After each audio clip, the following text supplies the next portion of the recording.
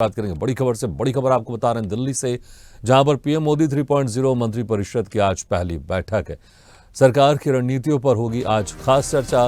मंत्रालयों के बंटवारे के बाद आगे की बनेगी राह। अमित शाह, राजनाथ समेत कई मंत्री होंगे शामिल। दिल्ली में 3.0 मंत्रिपरिषद की बैठक आयोजित है।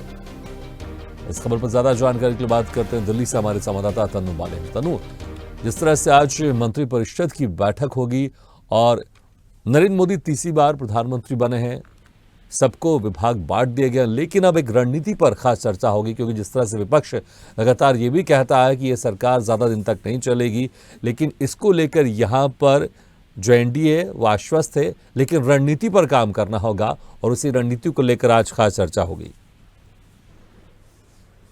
जी बिल्कुल भागीरथ जी, देखिए जिस तरीके से आपने भी जिक्र किया कि हमेशा ही जो विपक्ष है, जब से एनडीए की सरकार बनी है, हमेशा से ही कहता आया है कि जो सरकार है वो बैसाखी वाली सरकार है, ये ज्यादा दिन तक नहीं चलेगी। तो आज देखिए जब तीसरी बार प्रधानमंत्री बनने के बाद ये पहली बार मंत्री परिषद की बैठक होने जा रही है और नई कैबिनेट कमेटी की भी ये पहली बैठक है और इस बैठक में मंत्रालय के जो बंटवारे हैं उसके बाद आगे की रणनीति पर चर्चा होगी और अपनी नई टीम में जो है अमित शाह, राजनाथ सिंह, निर्मला सीतारमण और एस जयशंकर जैसे जो एक्सपीरियंस नेता है उनको महत्वपूर्ण मंत्रालय जो है वो सौंपे गए हैं और दोबारा से जो है वो भरोसा जताया गया है। और ये चारों जो नेता हैं ये कैबिनेट कमेटी ऑन सिक्योरिटी के भी सदस्य हैं, जिसका नेतृत्व खुद जो है वो पीएम करते हैं। और देखिए शिवराज सिंह चौहान की अगर बात की जाए, उन्हें कृषि और ग्रामीण विकास मंत्रालय की जिम्मेदारी दी गई है। इसके अलावा जो सहयोगी दल थे उनको भी महत्वपूर्ण पद जो है वो मिले हैं। और जिस तरीके से देखिए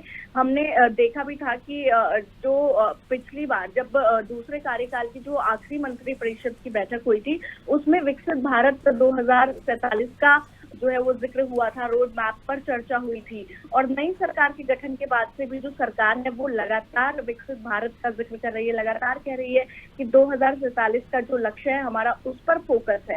तो देखिए अगले साल 25 साल किस तरीके से अब गुजारने हैं उस तक की स्ट्रैटेजी जो है वो बीजेपी के पास है। आज जब बैठक होगी तो फिर से एक बार विकसित भारत पर चर्चा होगी और तमाम जो है वो रणनीति बनाई जाएगी आगे के लिए, और जो पीछे कमियां रह गई हैं उन पर भी चर्चा होगी कि किस तरीके से जमीन पर जाकर जो कमियां रह गई हैं उनको सुधारने की कोशिश की जाएगी। साथ ही नरेंद्र मोदी के द्वारा मूल मंत्र भी जो है वो सबको दिए जाएंगे कि अब हमें किस दिशा में एकजुट होकर आगे बढ़ना है। और जो तमाम जो आरोप लगते आए हैं चाहे विपक्ष की तरफ से या फिर कई बार हमने ऐसा भी देखने को मिला है कि भागीरथ जो उनकी पार्टी के जो सहयोगी है वो भी किसी विषय पे जो है वो अलग राय रखते हैं, तो उन सबको एक साथ लेकर बिल्कुल तनुजा, आपने विषय पर अलग राय की बात की।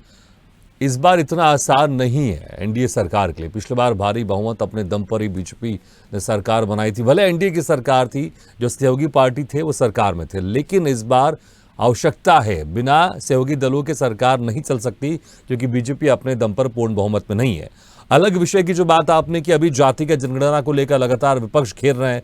राहुल गांधी हर जनसभा में इस मुद्दे को उठाते हैं और देखें बीजेपी के जो कुछ सहयोगी दल है, एनडीए के जो सहयोगी दल हैं, वो जातिगत जनगणना को लेकर समर्थन में है। वो चाहते हैं कि जातिगत जनगणना हो। अभी चिराग पासवान की तरफ से बयान सामने आया था। तो जो आज रणनीति होगी, जो खास चर्चा होगी, इतना आसान नहीं होगा कि बीजेपी अपने रीति से आगे बढ़े, उसको सबको साथ लेकर आगे बढ़ना पड़ेगा। कुछ मुद्दे ऐसे हैं जहां पर बीजेपी उसके पक्ष में नहीं है, लेकिन सहयोगी दल उस मुद्दे के पक्ष में, जैसे जातिगत जनगणना। जी बिल्कुल भागीरथ जी, बिल्कुल देखिए जिस तरीके से आपने भी जिक्र किया वो बात बिल्कुल सही है कि जो जातिगत जनगणना है, देखिए लगातार जो है वो आम आदमी पार्टी भी इस बात का जिक्र करती आई है और विपक्ष दल हमेशा से इस बात के फेवर में रहे हैं। लेकिन चिराग पासवान का आपने जिक्र किया, बहुत सारे ऐसे विषय होते हैं जिस पर उनकी थोड़ी जो है वो अलग राय देखने को मिलती है और वो हमेशा फ्रंट पर आके अपनी राय रखते हैं, चाहे संसद की बात हो या संसद के बाहर भी हो। तो देखिए ऐसे में इतना आसान नहीं है और इसीलिए ये बैठक इसलिए भी महत्वपूर्ण हो जाती है कि एक ऐसी रणनीति बनाई जाए जिस पर जो नरेंद्र मोदी हमेशा से कहते हैं सबका साथ और सबका विकास। तो यहाँ पर पहली बात खुद यहाँ पर साबित होती है कि सबको साथ लेकर चलना और सबका विकास करना है। तो देखिए एक बहुत बड़ा बिल्कुल तनु, वाकई ये नारा तो बहुत लंबे समय से, लेकिन देखना होगा कि इस बार इस नारे को बीजेपी खुद कैसे आत्मसात करती। तनु, बहुत बहुत शुक्रिया इस तमाम जानकारी के लिए।